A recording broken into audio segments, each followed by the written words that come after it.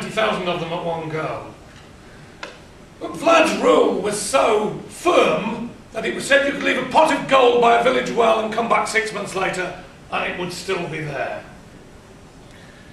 I don't like crime, don't particularly want to be burgled, etc. But you have to trade off in a free society that some people will use their freedoms criminally. That's a very small price to pay for the kind of freedom that people of my generation, I was born in 1946, have had to live probably the best lives, I would guess, that have ever been lived by human beings on this planet. Most enjoyable.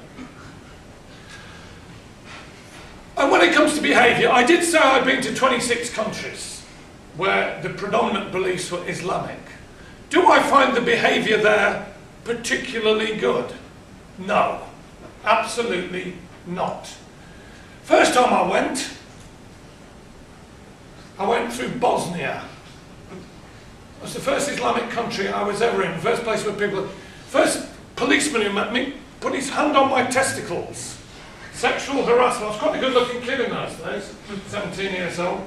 Sexual harassment. The first time I took a girlfriend to an Islamic country, Tunisia, the level of sexual harassment was appalling. I've also been robbed disproportionately in Islamic countries. In Egypt, in Morocco, in Tunisia, all of which, even though many people were friendly, many people were welcoming, many people were very nice, just the amount of robbery is far greater in my experience than in any Western country. I don't want to trade these statistics, but I didn't introduce the jewellery shop. So I don't think homosexuality is illegal under Sharia, isn't it? I don't think... So why are people so blatantly and aggressively like that towards a young Western male in that case? Because they are. I'd like to quote you as saying something that I regard as fundamentally incompatible with philosophy. And this is a direct quotation from what you said. Man is not in a position to judge what is right or wrong. If this is a philosophy society, you have to reject that statement. Man has to be in a position to judge what is right or wrong. There is no absolute right or wrong. People are going to come to different conclusions. But any notion of right or wrong must be based on intuitive judgment within people and debate between them. That's what it really consists of. There are no simple answers, no absolute answers, no old answers. It's not, incidentally, I read the word infantile, that perfectly acceptably, I suppose, not translated to childish. It's not childish to consider the argument for Sharia, which is what I was accused of saying. I don't think that's true at all. It's childish to accept it. And finally, the flowering of Islam. I came, certainly 20, 30 years ago, I came to Islam, I think, without prejudice. I was quite in favour of it. I knew some history. I knew that Islam was once a much more tolerant society, a much more intellectually free society than Christianity. But it just didn't move on. And the reason it didn't move on is because, and I want to maybe raise this in the questions I will put, because of the status of religion, because of the kind of religious belief that is insisted on in Islam. And that I think I'll leave for something that I want to ask a particular question about. Okay. Thanks, Mr. Allison. We're now going to move on to the cross-examination section. So I'll first invite Mr. Jamal Deen, who will have 1 minute to ask a direct question to Mr. Allison. We'll then have 2 minutes to respond, and then Jamal Deen will have another minute to give his final thoughts on that question and ask another question. So we'll have a total of 3 questions. I hope that makes sense. Mr. Jamal Deen.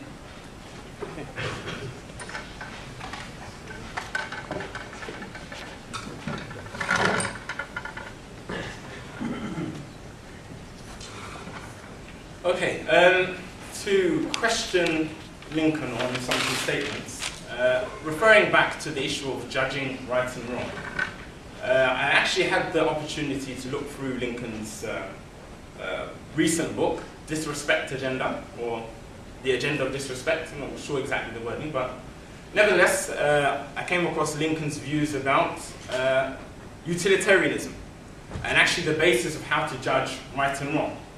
And effectively, if I summarize the view about the greatest harm or the greatest benefit of the greatest number, and Lincoln asserts within this text that, or his agreement with the statement that if it were the case that could benefit the society for an innocent person to be killed, then this would be acceptable if it brought about happiness of a great number of people. And I think historically, going back to the same period of time Lincoln was talking about, late 18th century, had the great example of Admiral John Byng, who was an admiral who was executed because of the fact that it was effectively what they say was to encourage the rest of the admirals. Yeah, so it's an example of an innocent person being killed because there was a social benefit at the time. So here we have a case of an individual whose life can be taken because there's a benefit to the rest of the society. Likewise with Peter Singer, the utilitarian philosopher. He also asserts that we have to look at the value of a human life based on the amount of pleasure and pain that person can entertain, can reasonably understand, and likewise we'll judge if they can't understand or feel the same sense towards pain and pleasure that we do, that their value is of a lesser value. So in his view, actually to execute a child, a baby, or not execute, rather to decide to abort a born child, a 3-month-old, for example, is a perfectly acceptable and perfectly morally acceptable judgment to make. So perhaps if Lincoln could clarify, does he view that as an understanding of what's morally right or morally wrong?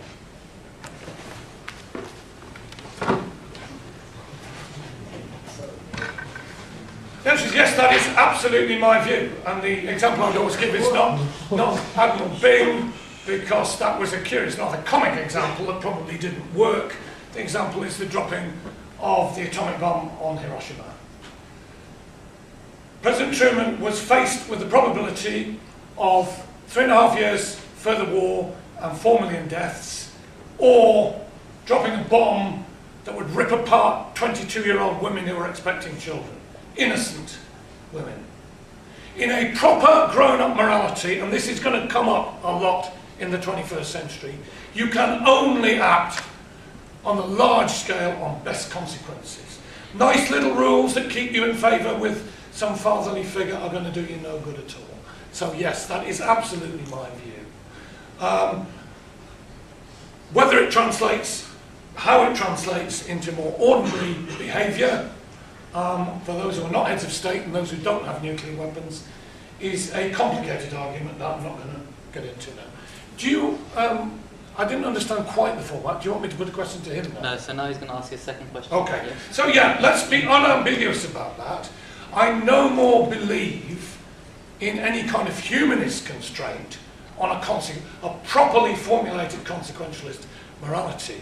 I think, you know, human rights are no more and no less sensible than the Sharia. Neither of them are philosophically acceptable. If you accept the real truth about the human condition, you accept we must act on our calculations of the consequences of our actions. And that means we do things which in all traditional moralities have been considered to be wrong, but they are in fact right.